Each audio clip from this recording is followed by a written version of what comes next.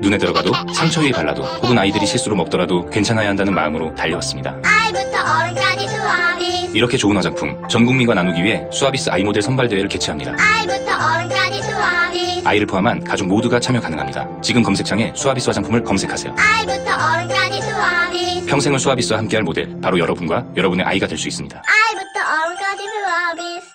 안녕하세요. 글 쓰는 사람 유시민입니다. 제가 이번에 국가란 무엇인가 개정판을 냈습니다. 국가란 무엇이며 또 훌륭한 국가는 어떤 모습이어야 하는지 어느 시점에서 그 답을 찾아봤습니다. 이제 우리는 촛불 다음을 상상해야 합니다. 그 고민 과정에 이 책이 함께하면 좋겠습니다. 국가란 무엇인가 개정판 도서출판 돌베개에서 펴냈습니다. 맛있어. 너무 맛있어. 와, 아삭거리는 소리 들려? 와, 진짜 맛있다. 이 김치 어디에서 샀어? 김치 어디서 샀냐면 화 뭐? 무슨 김치라고? 그러니까 어디 김치냐면 바로 뜸들이지 말고 빨리. 도대체 어디 김치야? 화통김치. 화통김치라고. 국내산 재료로 100% 자체 생산하는 화끈하게 통하는 화통김치. 얼른 검색해서 사 먹어. 한글도 남보다 빨리 깨치고 참 똑똑했는데 갈수록 실력이 뒤처지는 것 같아 걱정이에요. 혹시 초등학교 교과서 본 적 있어요? 어려운 어휘가 너무 많아요. 학교에서는 어휘 개념을 하나하나 설명해줄 시간이 정말 부족하잖아요. 그럼 어떡하죠? 내 아이의 어휘만큼은 내가 책임져야죠. 어휘 공부의 정성. 초등어휘 3천, 초등어휘 5천. 검색창에 초등어휘 3천을 쳐보세요.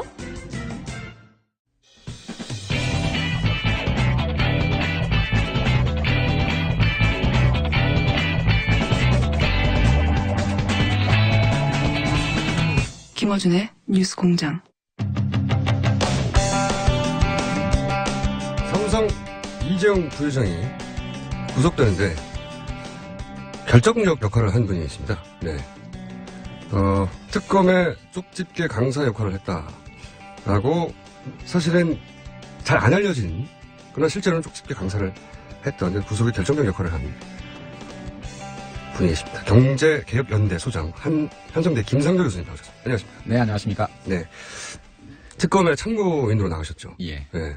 김상조 교수를 왜 특검에 부를까 의아했던 분들이 많아요. 네. 이분이 뭘 잘못했나? 제가 2월 12일 날, 예. 일요일 날 참고인으로 갔었는데요. 사실은 특검이 저를 부르는 거를 많이 망설였다고 해요. 아, 그래요? 이제 뭐 아시는 분은 아시겠지만 1차 영장 청구했을 때 기각이 됐지 않습니까? 네. 그 제가 며칠 전에 어느 신문에 컬럼을 썼는데, 예.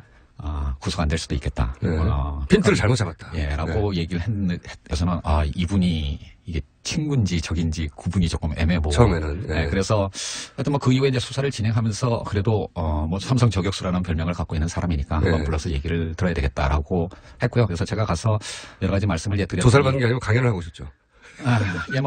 가서 검사님이 질문을 하시기 전에 검사님 제가 먼저 제가 생각하는 말을 말씀드리겠습니다라고 그러니까요. 하면서 아마 한 1시간 반 정도를 제가 떠들었던 것 같습니다. 네, 1시간 반 정도 강연을 하셨고 그때 특검 영광을 얻었다고 해요. 우리가 포인트를 잘못 잡았구나. 포인트를 이렇게 잡았어야 되는 거구나 하고 포인트를 바꿨고 실제 포인트를 바꾸고 나서 여러 가지 우리가 예상치 못했던 압수수색이 다닥 공정이니 금융인이 막 일어났죠. 근데 그거는 좀 너무 과장된 얘기입니다. 그러니까 제가 겸손히 하시고요, 계속. 제가 일요일 날 가서 참고인 조사를 받았는데 그 다음날 또 이재용 부회장이 또 조사를 네. 받았는데 그리고 그 다음날 2차 영장을 청구했거든요. 네. 아무리 제가 쪽집게 강의를 했다고 하더라도 하루 이틀 만에 그게 뭐 수사의 방향이 바뀌고 그런 건 아니죠. 그 전에 특검이 정말로 수사를 잘 준비를 했었습니다. 네. 예. 겸손함은 제가 잘 알겠고요. 하지만 쪽집게 강사를 했어요. 그리고 실제 교수님이 그렇게 이것이 문제라고 지적한 부분을 정확하게 타겟팅을 해서 예. 구속영장이 발부가 된 건 사실이죠. 예. 네. 요약해서 말씀드리면 자, 1차 그 부분을 말씀해 주세요. 예. 왜 1차는 실패했고 예. 2차는 왜 성공했는지 쪽집게 강의의 내용이 뭐였는지. 그 1차 영장 청구 때의 아주 핵심적인 포인트는 결국 이제 삼성물산과 제일모직의 합병을 위해서 다급한 상황에 있었고 예. 그걸 위해서 국민연금의 지지가 찬성이 절대적으로 그러니까. 필요했기 때문에 대통령 또는 이제 최순실을 통해서 예. 국민연금을 압박해서 예. 원래 해서는 안 될 짓을 했다. 하게 만들었다라고 거기 얘기를 포커스를 했는데 맞췄죠. 근데 이제 여러분들 돌이켜 보시면 네. 삼성이 최순실의 존재, 비선 실세의 존재를 파악한 것은 2014년 9월 대구 창조경제혁신센터에서 대통령과 이재용 부회장이 독대를 하면서 아마 그 네. 지금부터 이제 파악을 하기 시작을 했을 그렇게 거고요. 알려져 있어요. 예, 그리고 2015년 초에 이제 삼성전자가 승마협회 회장사를 예. 맡게 되는데 그때부터 뭔가 얘기가 진행되지 않았겠습니까? 네네. 그런데 문제는 그 당시에는 엘리엇이 삼성물산의 주식을 사지도 않았을 때입니다. 네. 세상 어느 누구도 네. 엘리엇이 등장해서 합병에 반대를 하고 그리고 국민연금이 억지로라도 찬성을 하지 않으면 이 주총이 무산될 거라는 거를 예상할 수 없었다는 거죠. 2014년 9월부터 2015년 초까지는 누구도 알 수가 없었어요. 그러니까, 전후관계가 뒤집히는 거죠. 이렇게 되면. 그렇게 되면 이제 국민연금을 찬성으로 이끌기 위해서 등장하기 전부터 엘리엇이 등장하기 전부터 로비를 했다라는 스토리가 돼버리는데 아무래도 이상한 거죠. 그렇죠. 그래서- 로비를 한 건 사실이지만 예. 스토리를 그렇게 갖고 와버리면 이제 그렇게 되면 인과관계가 거꾸로 되는 측면이 네. 있고 제가 뭐 구속 여부를 떠나서 이렇게 가게 되면 형사재판은 합리적 의심을 넘어서는 확실한 증거가 있을 때만 유죄 판결이 나오는 재판입니다. 입증이 쉽지 않을 수 있겠다. 이렇게 가면 또 무죄가 나올 수도 있겠다라고 전문가의 생각을 예리한 했고요. 눈으로 볼 때. 사실은 제가 이런 우려를 하게 된 거는 제가 트라우마가 있기 때문입니다. 트라우마. 2008년 기억하시겠지만 2008년 김영철 변호사 기자금 터졌을 때 뭐 드디어 누구나, 이제 누구나 다 이건희 회장에게 유죄가 떨어질 거라고 특히 삼성 에버랜드 전환 사건에 대해서 유죄가 나올 거라고 예상을 했는데 1, 2, 3심 모두 무죄였습니다. 이제 그런 어떤 트라우마가 있기 때문에 이번에는 특검이 실수를 하지 않기를 바랄 거예요. 뭐 그런 차원에서 수사의 초점을 그 물산 합병, 국민연금 동원에만 맞추면 아마 대치기를 당할 수도 있다라는 우려를 표명을 했던 거고요. 그래서 이재용 부회장의 승계 과정 전체를 위한 포괄적인 로비와 그것에 대한 어떤 대가 지급 이렇게 수사 방향을 잡는 게 좋겠다라고 제가 생각을 했었습니다. 그래서 이제 쪽집기 강의를 했고 실제로 그렇게 방향을 잡았고 실제 성공을 그러니까 했습니다. 1차 영장이 기각이 됐으니까 특검으로서는 좀 더 이제 포괄적으로 접근할 수밖에 자, 없는 그러면 왜 그렇게 그게 포커스를 맞추면 안 된다는 건지 알았습니다. 근데 이제 포괄적으로 맞추면 이것이 드러날 수밖에 없다. 요걸 좀 설명해 주세요. 사실은 특검 영장 발부한 구체적 내용을 잘 모르거든요, 우리가. 아마 청취자들께서는 삼성물산의 합병으로서 이재용 부회장의 승계는 이제 다 끝났다. 그렇게 생각했죠. 라고 생각하실지 모르지만 천만의 말씀입니다. 제가 어느 방송에서도 표현을 했는데 기승전결 중에서 승 정도에 불과하고 2단계밖에 안 됐다는 게. 그리고 사실은 삼성물산 합병보다도 더 어려운 따라서 정권 또는 그 비선 실세의 지원이 필요한 더 어려운 작업이 남았거든요. 기승 전이 아직 남아있는 상태였다. 그게 바로 이제 이른바 지주회사 전환인데요. 지주회사 전환은 삼성물산 합병만큼 어려운 분할이나 합병의 과정을 수없이 거쳐가야 하는 어려운 과정입니다. 그거를 지금 이건희 회장이 언제 돌아가실지도 모르는 상황, 굉장히 다급한 상황에서 그래도 삼성의 우호적인 정권이라고 할 수 있는 박근혜 정권 하에서 그 어려운 작업을 빨리 끝내기 위해서 박정희 정권도 우호적이었어요. 실수는 아니십니다. 그러니까 삼성이 서두르고 있다라고 하는 걸 저는 알고 있었거든요. 왜냐하면 제가 뭐 미래전략실 고위 임원들하고도 가끔 대화를 했었습니다. 제가 기업을 감시하는 시민단체 활동을 하다 보니까 문제 제기하면 또 설명도 들어야 되니까요. 이제 만나면서 이 사람들이 굉장히 다급하고 조급하다라는 걸 알고 있었기 때문에 이게 물산 합병으로 끝나는 일이 아니고 더 어려운 작업을 위해서 이 사람들이 끊임없이 로비를 하고 있다는 건 알고 있었고요. 물론 당연히 저도 최순실을 통해서 로비를 했을 거라는 걸 짐작을 못했지만 그 이후 밝혀진 사실이 있으니까 결국 이제 삼성은 이 모든 거를 위해서 로비를 했고 대가를 지급했을 거다. 자, 그러면 그 부분 전에 해당 기승은 저희가 이해했어요. 전에 해당되는 지주회사 관련되는 걸 어떻게 하려고 했던 겁니까? 먼저 알아두셔야 될 거는 그러니까 현재 그룹의 구조, 즉 삼성물산을 정점으로 하는 이 구조는 지속 불가능합니다. 그래요? 삼성물산이 삼성그룹에서는 가장 중요한 회사인 삼성전자의 지분을 4.5%밖에 안 갖고 있습니다. 삼성물산이. 그래서 삼성물산만으로는 안 되는 거고요. 보다 중요한 것은 삼성물산이 삼성생명을 통해서 삼성전자를 지배하는 이 우회로가 사실은 더 지분이 많습니다. 그게 7.5% 정도 됩니다. 그러니까 근데 이제 문제는 뭐냐면 삼성생명이 삼성전자의 최대 주주가 되는 이 구조는 이른바 금산분리 규제 때문에 너무나 많은 법적인 불확실성 또는 규제 차원의 어떤 불확실성을 안고 있는 거고요. 금산분리 얘기는 여러 번 했습니다. 그러니까 그 산업계가 은행을 소유하면 안 된다. 이렇게 분리해야 된다는 거죠. 삼성생명의 자산이 200조입니다. 200조. 그 대부분 95%가 보험계약자의 돈입니다. 그렇죠. 그 보험계약자의 돈으로 기업들이 총수 일가가 지배권을 그룹에 대한 지배권을 유지하고 승계한다라고 하는 건 정상적이지 않죠. 그리고 세상 어느 나라에도 이런 그룹의 구조를 갖고 있는 기업 집단은 없고요. 그리고 이런 게 용서 가능하다고 믿을 수도 없는 겁니다. 그렇죠. 소비자들이 예금을 가지고 자기들 지배권을 강화하면 안 되는 거죠. 그래서 이제 바로 이런 어떤 금산분리에 따른 그 법적인 불확실성, 규제상의 불확실성을 넘어설 수 있는 안정적인 구조가 바로 지주회사인 건데 삼성그룹은 삼성전자라는 일반 회사와 삼성생명이라는 금융회사 두 개의 핵심 회사를 갖고 있기 때문에 이 두 개의 회사를 각각 지주회사로, 즉 하나의 지주회사가 아니라 두 개의 지주회사로 각각 만들어야 되고요. 그럴 필요가 있다. 하나로 만드는 건 불가능합니다. 불가능하기 때문에 금산분리 때문에 불가능하기 때문에 두 개를 만들어서 그 두 개를 수평으로 놓고 지배하거나 아니면 좀 더 이재용 부회장의 지분 지배력을 올릴 수 있는 방법은 이걸 수직으로 놓고 지배하는 방법인데 그 마지막 단계가 이른바 중간금융지주회사 제도의 도입이거든요. 그런데 많은 분들이 이 중간금융지주회사 도입을 위해서 삼성이 로비했을 거라고 생각하지만 그것도 아닙니다. 그것도 아니에요? 그거는 마지막 단계고요. 어떤 의사는 그 이전의 단계가 있군요. 그 지주회사 전환 과정에서 그게 오히려 제일 쉬운 겁니다. 마지막 단계는 그 앞에 삼성생명을 중심으로 하는 금융지주회사를 만드는 작업을 먼저 해야 되는데요. 이 금융지주회사는 감독당국의 인허가가 필요한 겁니다. 그리고 그 과정에 공무원들의 광범위한 재량권이 부여가 되어 있습니다. 예를 들면 그 이제 전환하는 과정에 유예기간이라는 게 있지 않겠습니까? 조건을 맞춰야 되는데 그 유예기간이 공무원의 재량권에 따라서 2년에서 무려 7년까지 왔다 갔다 할 수 있습니다.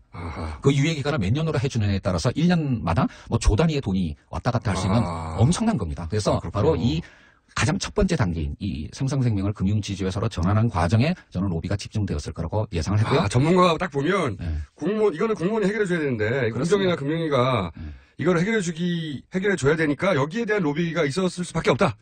라고 해가지고 여기를 털어라. 아니, 근데 이제 실제로는 이제 특검이 이 금융지주회사 전환 문제와 관련해서 이미 금융위를 압수수색을 했습니다. 그러니까 그게 문제가 있다는 걸 알긴 알았군요. 근데 이제 그 과정에서 금융위 공무원들이 정말 일을 잘했어요. 잘했다는 건 어떤 의미입니까? 접촉을 시도를 했는데 거부를 했습니다. 잘했다는 거는? 근데 그게 이 작년 초였어요. 2016년. 처음에는 삼성이 접촉을 시도했는데 거부를 했다는 거죠, 처음에는. 이렇게는 못 해주겠다. 너무 말이 안 되지 않냐? 이렇게 인가를 내줄 수는 없다. 근데 그 이유가 바로 그 직전에 서별관 회의 문건이 터지고, 총선이 있고, 그 다음에 대우조선의 문제가 불거질 그 타임이었습니다. 그래서 금융위에서 긴장했고, 이런 상황에서 삼성에게 금융지주회사 전환을 인가해주는 터키를 줬다가는 금융위 공무원들은 우리 모두 죽는다라고 생각을 했을 겁니다. 그분들은 뻔히 아니까. 그렇습니다. 그래서 죽는다. 1차 시도에서는 금융위 공무원들이 거부를 했는데 아마 지금 이런 일들이 없었으면 이 박근혜 정부 하에서 끊임없이 로비가 있었을 거라고 저는 혹은 성공했었거나. 그런데 1차는 거절했어요. 거절하니까 당연히 또 실세한테 달려가거나 쿠션을 줘서 박근혜 대통령한테 로비를 하지 않았을까라고 생각할 수밖에 없는데 그 정황이 드러난 겁니까, 말하자면? 그 부분은 아직까지 명확하지는 않습니다. 명확하지 않아요? 여기를 파고 있었군요, 그러니까.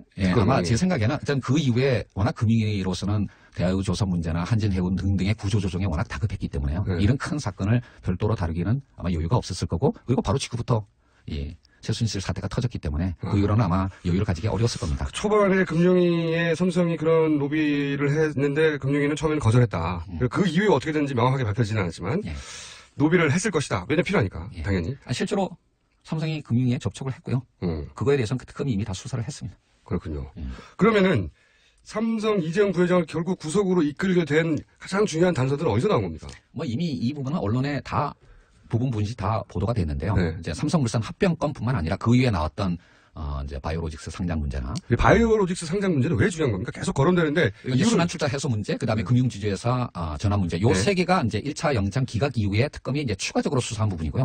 요 추가적으로 수사한 이 세 가지 부분에 대한 단초들이 바로 다 안정범 수석의 수첩에 그 단초들이 있었던 것이 구속의 결정적인 사유가 되겠습니다. 여기서 제일 저희가 이제 일반인들 입장에서 이해하기 쉽지 않은 게 다른 거는 설명을 드리면 대충 유추할 수 있어요. 근데 바이오로직스 상장 문제를 안정범 수석 다이어리를 보면 도와주라는 말도 등장하고 삼성도 바이오로직스를 무리하게 상장하려고 했고 돈도 많이 안 났는데 이게 왜 중요해서 등장하는 건지 사실 제가 이제 네 가지 사건을 말씀을 드렸지 않습니까? 물산합병에서부터. 근데 그 중에서 이재용 부회장의 승계를 위해서 진짜 중요한 거는 삼성물산합병과 금융지주회사 전환 두 가지고요. 상대적으로 순환 출자 해소 문제와 바이오로직스 상장은 그렇게 중요한 건 아닙니다.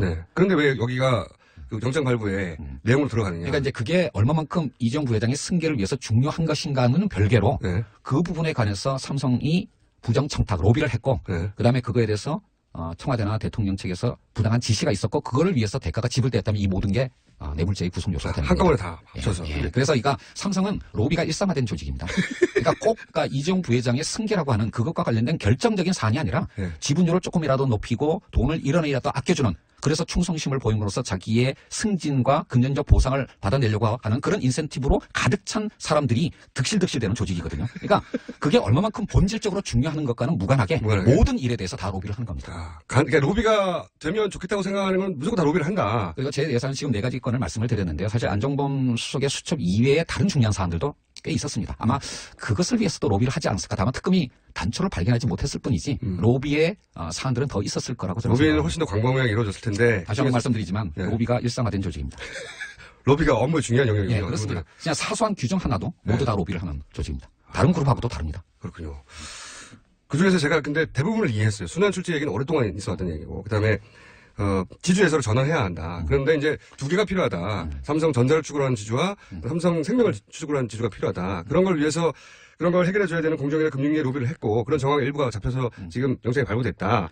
다 알겠는데 이해를 못하는 게 하나가 바이오예요. 왜 바이오로직스가? 그러니까 바이오로직스는 사실은 그 자체로는 그렇게 이재용 부회장의 승계를 위해서 중요한 사안이 아닌데 다만 삼성물산 합병과 관련한 논란이 워낙 크기 때문에 이게 합병 비율이 불공정하고 결국 경영적 차원이 아니라 승계를 위한 거게 이제 이런 논란이 있으니까 그 삼성물산 합병의 사후적 정당성을 확보하기 위해서는 바이오로직스의 상장이 조속히 필요했던 겁니다. 아, 우리가 이런 이유로 그렇죠. 그러니까 이런 이유로 사실은 합병을 한 거고 합병을 해보니까 그러니까 상장을 해보니까 바이오로직스의 가치가 이렇게 크지 않느냐. 그러니까 보통 의심하는 것처럼 승계를 위해서 부당하게 한 것은 아니다. 이거를 사후적으로 정당하기 위한 작업으로서 알리바이군요, 알리바이. 그렇습니다. 예.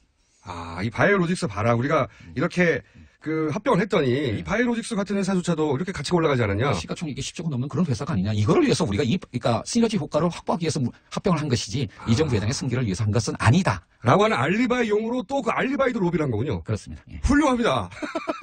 예. 물론 그로부터 얻는 금전적 이익도 있지만 가장 결정적인 것은 사후적인 정당성 확보, 알리바이 확보를 위해서 한 겁니다. 그래서 이해가 안 갔군요. 저는 대부분 이제 뉴스를 읽다 보면 이래서 있구나, 이런 이득이 있었구나 이해가 갔는데 뜬금없이 바이오로직스 상장을 위해서 왜 노력했지? 이거는 상장 승계하고 상관없는 것 같은데. 예. 이게 승계의 결정적인 회사가 아니잖아요. 다시 한번 말씀드리지만 모든 걸 위해서 로비를 하는 조직입니다. 진짜로 현대차그룹이나 LG그룹, SK그룹과 같은 경우에도 공무원들이 반대하고 논거를 대면 사실은 물러납니다. 삼성은 끝까지 포기하지 않습니다.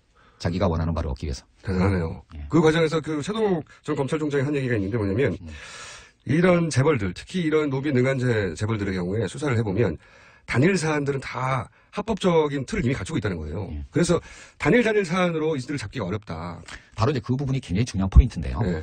뭐 순환출자 해소 문제나 바이오로직스 상장 문제나 그 자체로 보면 공무원들이 불법 행위를 했다라고 하기가 어렵습니다. 그 자체만 공무원에게는 언제나 광범위한 재량권이 주어져 있는 거거든요. 예를 들면 그 순환출자 문제 때문에 삼성 SDI가 삼성물산 주식을 1,000만 주를 팔아야 되느냐 500만 주를 팔아야 되냐 재량권의 범위 안에 들어갑니다.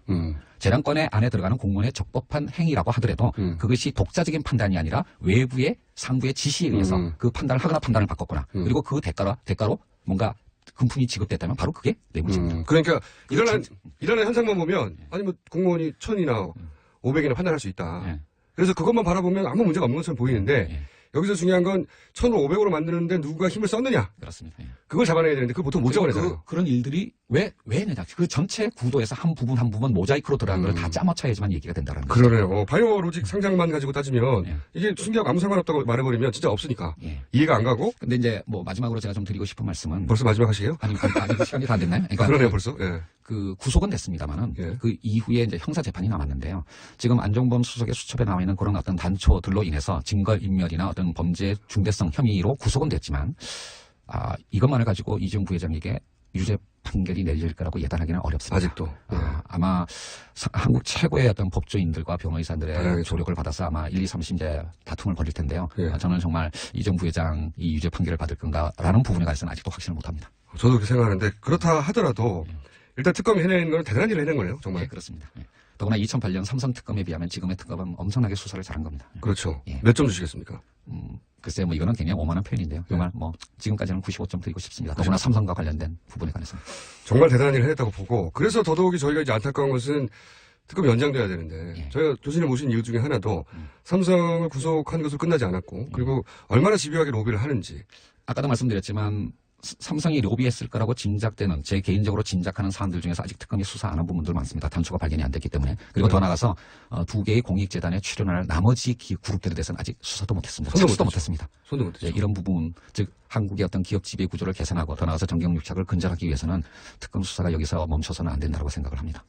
최동욱 전 검찰총장은 1년을 해야 될 거라고 하던데. 맞습니다. 이처럼 복잡한 사안이라면 일반 검찰이 했다면 1년 이상 했을 겁니다. 그리고 훨씬 더 많은 인력으로. 그렇죠. 그러니까 굉장히 어려운 일인데요. 적어도 30일을 연장하는 것은 필수라고 저는 생각합니다. 당연히 해야 되는 거죠. 네.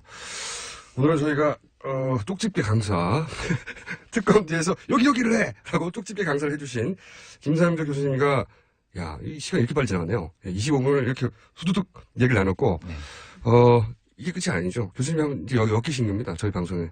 뭐 제가 김어준 총수라는 분을 모르지 않습니다. 하지만 가능한 한 버텨보려고 하고 있습니다.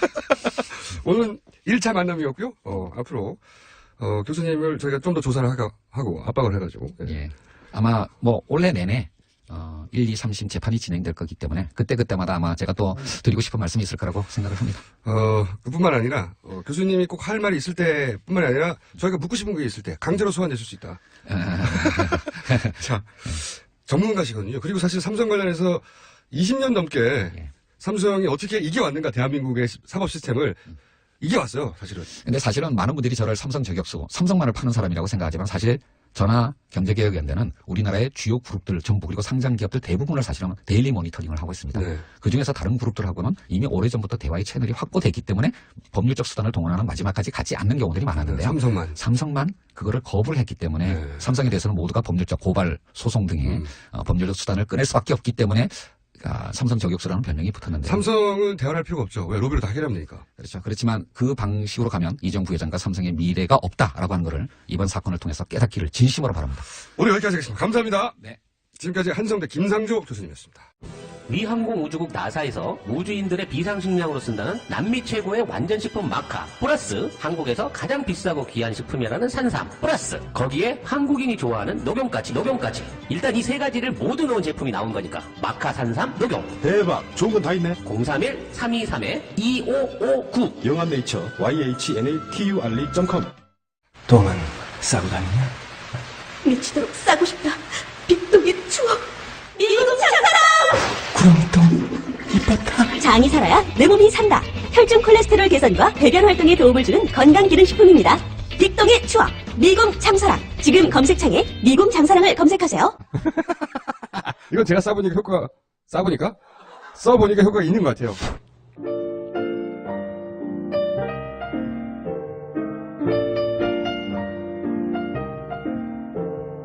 자, 불친절한 에이스 시간. 요즘 버스 기사님들, 화물차 기사님들, 택시 기사님들 많이 듣고 있다는 문자 받고 있는데요. 굉장히 재밌는 문자가 하나 왔습니다. 차 오디오가 고장이 나가지고 채널이 안 돌아가서 교통방송만 나온다고. 그래서 할 수 없이 뉴스공장을 듣게 됐다. 할 수 없이. 그런데 듣다 보니까 이제 중독이 돼버렸다. 제가 이제 방송 초반에 말씀드렸어요. 제가 발음도 안 좋고 성격도 안 좋고 그러나 듣다 보면 중독이 된다. 중독이 될 것이다. GS25 사장님 서산 성현읍에 있는 항상 GS25에 들어온 손님 모두를 들으라고 뉴스공장을 듣고 있다고 합니다. 네. 당연합니다. 네. 앞으로도 널리 퍼뜨려주시고 네. 답답합니다. 모릅니다. 한번 틀어주세요. 어제 저희가 한번 틀어드린 트로트 네. 우병우 민정수석의 영장 기각이 된 울분과 분노를 음악적으로 승화한 트로트 모릅니다가 아니고요. 모르세입니다. 네. 자, 인터넷에 검색하시면 모르세 나오고 저희도 앞으로 다른 버전도 틀어드릴 것이고 이 모르세는 아마 후속이 엮였다가 나올 예정으로 알고 있습니다. 네. 곡이 완성되면 저희한테 가장 먼저 소개하기로 했으니까 기다려주십시오. 여기까지 하겠습니다.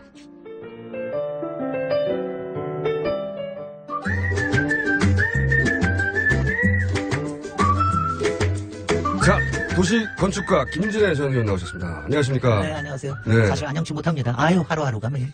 스트레스 받아요. 정말 스트레스. 이게 정말 일이 안 잡혀서 네. 미치겠어요. 그리고 우리가 헌재에 몇 명이 필요하고 몇 명이 이상이면 안 되고 이거 어떻게 알았겠어요. 그런 거 정말 공부를 해도 이렇게 공부를 하는 방식이 좀 포지티브하게 공부를 해야 되는데 어저께는 정말 우울했습니다. 그러니까 좀 7명이면 네. 안 되고 8명이 어쩌고 이거는 사실 평생 알 일이 없는 사안이었는데 너무 많은 국민들이 알아요 이제. 네. 그리고 거기 헌재 재판 정이 이제 인터넷으로 생중계가 되거든요. 그럼요. 그러다 보니까 그걸 보는 사람들 많아요. 네. 멍하게 보고 있는 겁니다 그냥. 그걸 한번 보기 시작하면 저게 무슨 막장인가 싶으면서도 혹시 무슨 일이 벌어지지 않을까 싶어가지고 내가 보고 있으면 그래도 뭐 어떻게 달라지겠지. 정말 이 국민을 이렇게 스트레스로 시달리게 만드시다니. 이게 이제 홈쇼핑 중독과 비슷해요. 맞아요. 홈쇼핑 중독은 내가 안 보는 사이에 좋은 물건이 지나갈까 봐. 근데 이런 방송은 대부분 한 7-80% 아무 일도 아니라거든요. 네. 그냥 절차만 진행되는데 내가 안 보는 사이에 사건이 일어날까 봐 글쎄 말이에요. 계속 보게 돼요. 네. 그리고 보고 나서 스트레스 받고. 스트레스 엄청나게 받아요. 근데 또 봐요. 화나가지고. 자, 그런 헌재가 이렇게 전 국민적 관심 사항이 되는 적이 없었는데 이 헌재. 그래서 오늘 솔직히 제가 헌법재판소 가지고서는 도시 이야기 할 거라고는 한 번도 생각을 안 했어요. 왜냐하면 헌재 어디인지도 몰라요, 대부분. 국회나 청와대 이런 거는 그래도 우리 국민들하고 많이 가깝기 때문에 네. 뭐 좀 충분히 얘기할 수 있고 우리도 자주 가고 그러는데 솔직히 헌법재판소 어디에 있으면 무슨 상관이며 어떻게 생겼으면 무슨 상관이냐. 헌법 소원하는 사람들만 알죠. 네네. 그랬는데 이렇게 저는 한번 국민적인- 해봐서 압니다. 근데 요새는요 다들 아실 겁니다. 네. 어디 있는지 다들 광화문에서 행진을 시작하시다 보면은 청와대 쪽으로도 가고 요새는 헌법재판소 앞에 정반대 가서 방향이에요. 예. 네네 그쪽으로 가서 거기서 또 종교라는 경우도 있고 그래가지고 요새는 헌법재판소가 어디 있다는 거는 다들 아시게 된 것 같아요. 그리고 헌법재판소를 실제로 보게 되면 생각보다 건물이 아담하다 플러스 네. 생각보다 건물이 이렇게 일반 뭐라고 그러죠? 일반 빌딩이 아니네. 네. 예. 거기 약간 의아하게 생각하시는 분들. 아, 저는 사실은 헌법재판소가 여기 위치가 어디냐면 북촌의 초입부에 있어요. 맞아요. 그러니까 예. 안국동역이 있는데 안국동역에서 한 5분 정도만 들어가면 저는 있는데. 제 집에 가는 길목 중에 하나가 아, 항상 그래요? 지나가는데. 네, 예. 네. 그래서 북촌에 솔직히 북촌치고는 너무 큰 건물이 들어와 있고 네. 그리고 이렇게 쑥 들어가 있어가지고 저거 뭐 하는 데야 뭐 좀 으스스한 건물이다 좀 이렇게 생각이 돼서. 그렇죠. 저는 처음에 헌법재판소에서인지 모르고 지나갈 때 봤을 때는 네. 저거는 일제강점기 때, 그렇죠. 일제강점기 시대에 지은 것 같다 이런 생각하셨죠. 그렇죠. 맞습니다. 저도 그랬어요. 일제시대에 지은 관공서 건물이 아직도 남은 건가? 네네. 이렇게 생각했어요. 그래서 저도 항상 못마땅해 했거든요. 네. 아, 왜 거기에다가 더군다나 북촌이 앞으로 얼마나 뜰 텐데 거기다가 헌법재판소를 넣어가지고 이렇게 했나 그랬는데 요번에 와서 처음으로 감사하고 있습니다. 고맙습니다. 강화문에서 가까워서 우리가 걸어갈 수 있는 거기 가서 충분히 국민의 의사를 표시할 수 있는 데 있어서 요새 처음으로 감사하다는 생각은 좀 하고 있어요. 이게 언제 지어진 건가요? 그런데 역시 생각을 좀 해봐야 됩니다. 이게 1993년에 지어졌는데. 얼마 안 됐네요? 얼마 안 됐어요. 근데 일제시대가 이게 왜 그러냐면 이게 참 이상한, 저도 그때 이상하게 생각한 게 지금 왜 법원들이 모여있는 데가 서초동 아닙니까? 네. 서초 법원단지도 그 즈음에 다 만들어졌습니다. 1990년대 초반부터 중반. 그러니까 그 법원단지로 안 가고 요 헌법재판소는 여기에 있었던 거예요. 근데 그때, 그러니까 저도 정확하게 왜 북촌에 여기가 되는지 모르겠는데 그러니까 북촌이 가지고 있는 상징성이 있습니다. 이 북쪽에 아무래도 국가기관, 청와대, 또 감사원, 정보청사. 그러니까 헌법재판소는 다른 재판소, 네. 그럼요. 다른 재판소들하고는 조금 다른 격이 높은 데다라고 해서 이쪽에다 놨을 가능성이 가장 있습니다. 그러네요. 네네. 감사원도 있고, 총리 공관도 있고, 그렇습니다. 청와대도 있고, 네. 상징적인 가장 그 상위 기관들이 있잖아요. 그럼요. 그러니까 좀 차원이 다른 기관들이 있을 수 있는 데다 해서 아마 이쪽에 놓은 게 아닌가 싶고, 마침 또 그때, 그 서울에 있는 고등학교들을 다 또 강남으로 이전하고 그랬을 때였어요. 이게 학교터였어요, 원래? 학교터였습니다. 창동여고가 있던 터가 또 마침 나왔어요. 학교터라고 하는 게 이해가 갑니다. 네네. 담장이라든가 이런 게. 그러니까 고전에는 창동여고 전에 이게 사실은 굉장히 역사적으로 중요한 곳인 게 그 광해원이라고 아시죠? 우리나라 예, 예. 최초의 병원, 종합병원입니다. 나중에 제중원이라고 했는데 그게 있던 자리예요. 그리고 그전에는 또 세도가들이 살던 양반 주택이었는데 이게 이제 이렇게 여기까지 헌법재판소가 이렇게 된 겁니다. 터로만 따지면 헌법재판소가 있을 법한 터네요. 있을 법한 터인데 참 어색해요. 건물은 왜 짓었답니까, 근데? 근데 제가 좀 하는 게 건물이 이거 건축문화 대상도 받고 그랬어요. 아, 그래요? 건축학회에서 주는 건축문화 대상도 받고 그랬는데 제가 보기에는 1993년에 지었는데 근데 이게요. 네. 그러니까 자기네들은 얘기가 특징이 이게 수평선을 강조했다고 얘기를 해요. 그러니까 아까도 이게 좀 높지 않고 네. 그 수평선이 있습니다. 그다음에 또 하나가 도움이 있다고 그러는데 그러니까 그거 보는 거죠. 도움은 안 보여요. 도움은 안에 있습니다. 도움은 안 보입니다. 아니 멀리서 보면 보여. 멀리서 보면 대머리처럼 약간 살짝 보여. 그리고 그게 굉장히 어색한 게 네. 여기에 이렇게 수평선이 있는데 여기에는 또 옥상 조경을 해놔가지고 머리가 쭈뼛쭈뼛 나와 있어요. 그 네. 나무들이 거기에 그래서 쭈뼛하게 대머리 나와 있어요. 그래서 저 탈모 일어났는데 살짝 그 정수리가 보이는 건가 이런 느낌이에요. 네. 그래서 건물로서는 솔직히는 상도 받고 그랬지만 이게 당시에 원래 대법원이 있던 자리가 어디 있는지 아시죠? 지금은 서울시립미술관으로 돼 있는 네. 그 왜 정동 안에 있는 거. 예. 서울미술관으로 지금은 이제 개조해서 쓰고 있는 게 원래 대법원 건물이 있는데 사실은 그 대법원 건물하고 굉장히 유사한 스타일입니다. 그러니까 당시에 사람들이 가지고 있던 90년대 게 감성인가요 이게? 그런 것 같아요. 그러니까 이게 뭐냐면 서초동의 법조단지에 가면 법조단지만 하더라도 그러니까 솔직히는 막 법조단지라는 게 오피스하고 막 그 정말 뭐 정의와 뭐가 살아있는 데가 아니라 주상복합이에요, 완전히 그냥. 주상복합이고 네. 세속적이고 이 세상에 나쁜 것들은 거기 다 모여있는 거 아닙니까? 법하라 장사하는 사람들 그거 먹고 사는 사람들 뭐 해가지고 그래서 굉장히 정말 그 시장 같은 그런 분위기인데 네. 이게 헌법재판소만큼은 조금 좀 흥미를 갖추자. 좀 이렇게 권위를 있게 만들자라고 얘기했는데 권위 있어 보이진 결과적으로 않아요. 봐서는 꼭 그런데요. 여기서 이제 다시 외국과하고 좀 비교를 해보면 헌법재판소라고 해서 꼭 그렇게 권위가 있어야 되느냐? 이건 아실 겁니다. 우리 국민들도 헌법재판소가 몇 나라에만 있는 기관입니다. 우리나라에 있고 독일에 있고 오스트리아에 있고 미국에 없어요. 미국에서는 대법원에서 네. 아예 대법원에서 일을 합니다. 근데 미국에서는 워싱턴 DC에 대법원이 있는데 굉장히 상징적인 건물이에요. 거기는 꼭 그리스 파르테논처럼 만들어 놓은 건물 앞에 있는데 그거는 정말 맨날 대법원이라고 하는 상징성도 있고 거기 앞에 와서 미국의 중요한 거에 대해서는 다 데모를 합니다. 거기는 영화의 엄청난 배경으로도 데모. 많이 쏘이죠. 굉장히 그러니까 뭔가 하여튼 사회 이슈가 있으면 뭐 제일 많은 게 낙태에 관련된 거 뭐 이런 것도 엄청나게들 그 영화에 엄청 많이 등장해요. 그렇습니다. 근데 독일에 있는 거는 독일에 보시면 어디 있는지 아세요 혹시? 독일에. 모르죠. 거기까지. 어디 있는지 한번 짐작해 보세요. 본에 있지 않을까요? 그러니까 본에 있거나 아니면 베를린에 있거나 네. 뭐 아니면 조금 더 커서 뭐 라이프치히나 뭐 조금 더 큰 도시를 얘기를 할 수가 있는데 어디에 있냐면 칼스루에 있습니다. 칼수로는 처음 들어봤는데. 칼수로에 왜 몰라요? 이제 정유라가 이렇게 도망다니고 그러던데, 도망다니고는 조그만 소도시입니다. 네. 근데 제가 왜 그걸 아냐면, 제가 우연히 칼수로에가 굉장히 도시계획적으로는 중요한 도시라서 제가 한번 갔다가, 거기서 헌법재판소를 발견을 하고 제가 깜짝 놀랐다니까요. 건물이. 아니, 건물이 어떻게 생겼냐면은, 연구소 건물로 생겼어요. 그러니까 이게 정면이 없고, 그냥 사무실에 더군다나 유리가 많아요. 그러니까 왜 이렇게 3, 4층짜리 연구소가 이렇게 쭉 다가가 있는 거 있잖아요. IT 기업 연구소처럼? 연구소처럼 생겼어요. 그래서 제가 나중에 물어봤더니, 그 디자인한 사람도 그냥 일부러 그 유리로 만든 거는 하여튼 좀 투명하게 보이게 하는 거. 그 다음에는 그 사람 얘기가 확실히 맞아요. 헌법재판소는 원래 연구를 하는 데다. 그렇죠. 법을 연구하는 거죠. 법을 연구를 하고 실제로 거기서 심판이 열리더라도 여러 가지를 연구를 해가지고 이게 하나의 전범이 될 수 있도록 노력하는 데가 그게 헌법재판소의 기능이다. 그게 참 말이 맞아요. 헌법 연구관들이 우리도 있죠. 그래서. 네. 그래서 지금 우리도 지금 헌법 연구관들이 굉장히 큰 많은 일을 하는데 우리 헌법재판소는 하여튼 재판소라는 것의 그 권위에 조금은 좀 너무 조금 신경을 썼는데 사실은 좀 실패한 게 아닌가. 아니, 일제강점기 건물처럼 느껴진다는 게 얼마나 안 좋습니까? 제가 건물에서 특별히 좋아해 있는 것도 아닌데 지나갈 때마다 그런 걸 느끼거든요. 일제강점기의 관공서 건물의 전형적인 느낌이 난다. 네, 근데 거기에 신기하게 무궁화가 있구나. 네. 그 무궁화 9개가 쫙 있습니다. 네. 무궁화 9개가 있는데 저게 왜 무궁화를 박았을까?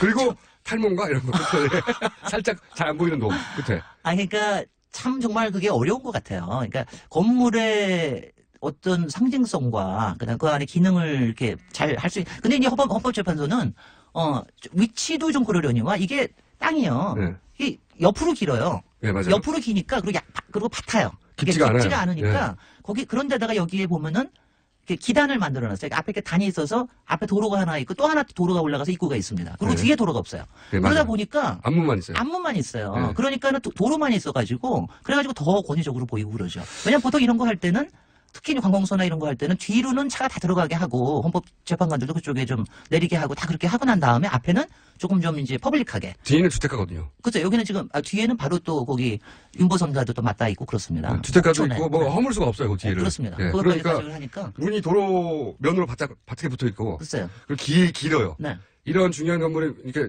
적어도 정사각형이거나 땅이 아니면은 어쨌든 안쪽으로 뭔가 있을 것 같은데 보이는 게 답니다. 네. 근데 여러분들도 쉽게 가보실 수 있습니다. 이게 지금 북촌 투어의 하나예요. 그러니까 저는 충분히 가보시라고 그러고 싶은 게, 제가 지난번에 얘기했던 운영궁 양관 있는 거기에서 별로 얼마 안 멀습니다. 한 3, 4분만 한 5분 정도만 걸어가면 되고, 근데 여기서 북촌을 쭉 가시면, 북촌에 그 뭐 카페나 그런 데만 가보지 마시고, 여기 안에 들어가면은, 건물 안은 별로인데, 이 바깥이 참 좋아요. 그 옛날에 창동교고 있던, 여기에 이제 그 정원들이, 여기에 몇백 년 된 백송도 있습니다. 제가 보기에는 말이죠. 네. 이게 이제 그 무궁화 9개가 그러니까 헌재 재판관 9명을 상징하는 거라고 이제는 맞습니다. 알게 됐어요. 네. 이렇게 알게 됐는데 탄핵이 인용이 되잖아요. 여기가 굉장히 역사적인 장소로 많은 사람들이 나중에 여기서 탄핵이 됐구나 결국은 왔다 갔다 할 장소가 될 거고요. 100만 분의 1로 기각이 된다. 이 건물 조심해야 된다. 아니요. 건물 조심하는 것뿐만이 아니라 건물 자체 만약 기각이 되면 헌법재판소라는 기관 자체에 대한 말하자면 여러 가지 논의가 새롭게 있을 가능성이 그런 있습니다. 얘기도 있죠. 헌법재판소가 사라지게 한 판결이 될 수도 있고. 솔직히 다들 아시지는 않지만 헌법재판소하고 대법원 사이에 갈등이죠. 갈등이 상당히 있습니다. 그거는 저도 이제 판사 출신 분들한테 들었는데 우리는 판사가 아니니까 근데 요약하면 옥상옥이 아니냐. 그래서 말이죠. 왜 미국은 대법원 연방 대법원 판결하면 끝나는 건데 대법원에서 판결했는데 또다시 헌재가 대법원과는 상이한 판결을 할 수 있거든요. 위헌 신청을 해가지고 그러면은 대법관 입장에서는 자존심이 상하는 거죠. 그렇습니다. 최종 대법원 우리나라에서는 4심이라는 얘기가 그래서 나오네. 3심이 아니라 4심이라는 얘기가 가끔 나오는 게 바로 그렇습니다. 그래서 대법원과 헌법재판소가 사이가 안 좋고 또 그런 얘기도 하더라고요. 그 진급 어쨌든 여기도 이제 직장이잖아요. 그럼요. 직장이죠. 당연히 그러니까 승진이 중요합니다. 어느 직장이나 마찬가지고. 이분들 다 생활인이에요.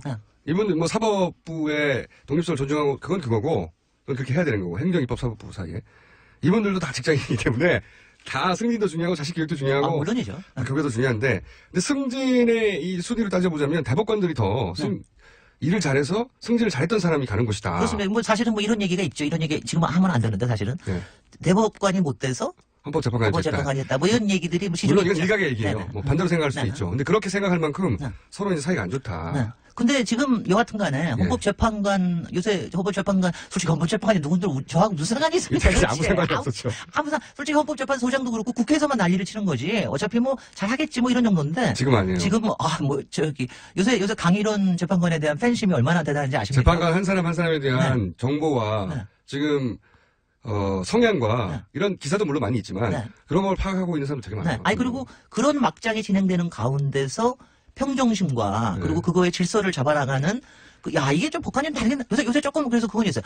좀 다르긴 좀 많이 존경해줘야 되겠다. 좀 더 기대를 많이 해줘야 그건 되겠다. 결과가 다를 겁니다. 아 물론 아무리 결과가 다르게 될 겁니다. 진행을 잘해도 그래서 헌법재판관님 이 9개 무궁화님들 지금 8개만 남아있지만 비록 건물은 좀 그렇고 네. 너무 좀 퇴행적으로 느껴지고 그러지만 그 가지신 높은 고매한 정신과 그리고 엄정하고 그리고 치열한 법 의식으로 좋은 판단을 이분들이 느낄 그 부담감은 상상하기 힘들어요, 사실은. 근데 바로 그거예요. 그 네. 칼스루에 독일에 네. 왜 헌법재판소를 칼스루에라는 이 작은 도시에 갖다 놨나? 네. 라고 하는 게 그때 그거였습니다. 모든 로비에서부터 벗어나게 하기 위해서. 그러니까 이거는 그러니까 정말 연구를 거쳐서 해야 되고 법정에서 다루어져야 될 일이지 거기 와서 피켓 든다고 해야 되는 일은 아니다. 그러니까 미국은 완전히 다르잖아요. 그렇죠. 미국 같은 경우에는 피켓을 든 힘에 따라서 사실 판명도 많이 달라지거든요. 맞습니다. 네, 그리고 미국에는 또 이 대법관이 종신제 아니에요. 네. 완전 종신제래 가지고 사실은 지금 우리 박근혜 대리인단에 계신 여러분들, 80대 분들, 70대 분들, 그런 분들이 거기에는 대법관으로 많이 또 앉아서 계시죠. 자, 오늘 이야기의 사실 핵심은 이 건물이 아니라 이 건물이. 기관과? 네, 이 건물에 계신 분들이 어떤 판결을 내리에 따라서 이 건물의 용도가 바뀔 수 있다. 예, 앞으로. 그 얘기를 했습니다. 네, 지금까지 도시건축가 김진애 의원이었습니다. 네, 감사합니다. 저는 김호준이었고요. 내일 또 뵙겠습니다. 안녕!